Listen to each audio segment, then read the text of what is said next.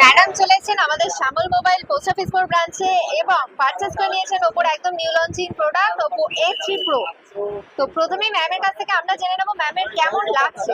আমার খুব ভালো লাগছে এই প্রোডাক্টটা পেয়ে, ঠিক আছে, ভীষণই ভালো লাগছে।